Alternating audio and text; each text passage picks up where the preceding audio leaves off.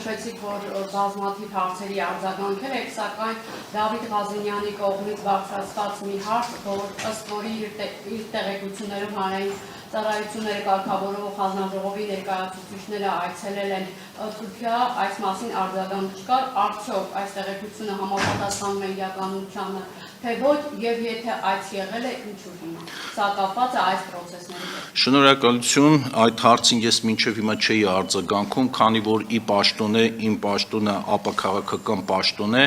եւ պաշտոնի անձնագրով նիստերի վարման կարգով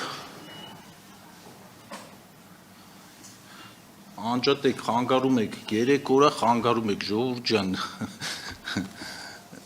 բանը, նիստերի վարման կարգով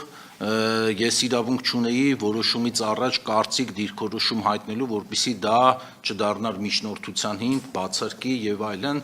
հետեւաբար հիմա արդեն քանի որ որոշումը կա, ես ազատ եմ դիրքորոշում հայտնելու մեջ, կփորձեմ նաեւ իմ դիրքորոշման մեջ քաղաքական դիրքորոշում չհայտնել,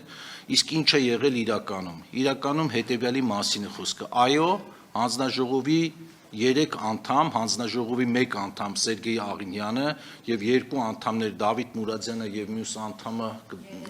Ելենա Բաբոյանը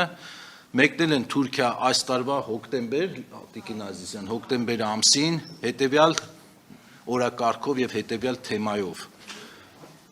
Հայաստանի Հանրապետությունը 99 թվականից հանդիսանում է էներգետիկ կարգավորողների տարածաշրջանային ասոցիացիայի ոչ միայն անդամ, այլ նաև հիմնադիր անդամ։ 99 թվականից այս ասոցիացիան ստեղծվել է 1999 թվականին եւ Հայաստանը ստեղծման օրվանից հանդիսանում է այդ ասոցիացիայի հիմնադիր անդամ։ Ասոցիացիայում ընդգրկված են աշխարհի 47 երկրներ։ Եվ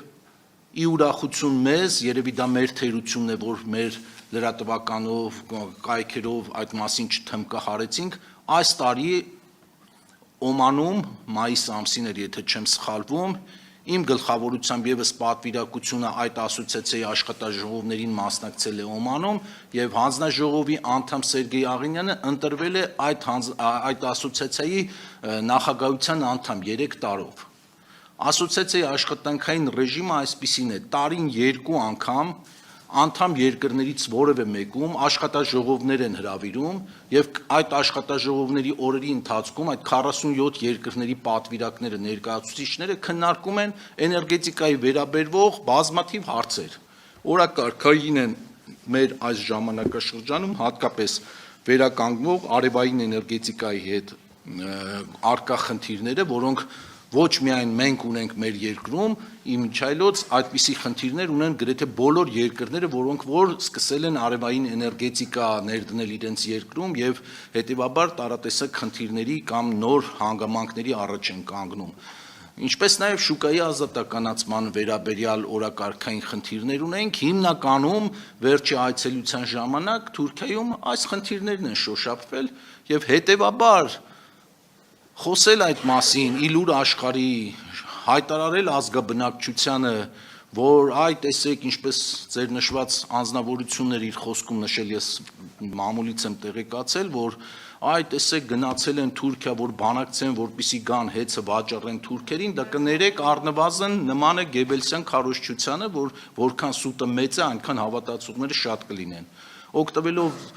այսօրվա ընձեռած հնարավորությունից ես խոսքս ուղղում եմ առաջին հերթին բոլոր այն մարդկանց, բոլոր այն քաղաքացիներին, որոնք նեղ մասնագետներ չեն, ոլորտի ներկայացուցիչներ չեն, ունեն տարբեր մասնագիտություններ, տարբեր սոցիալական կարգավիճակ, տարբեր ինֆորմացիայի աղբյուրներ եւ կարող են շատ հեշտությամբ մոլորության մեջ ընկնել նման հայտարարություններից հետո։ Նման բան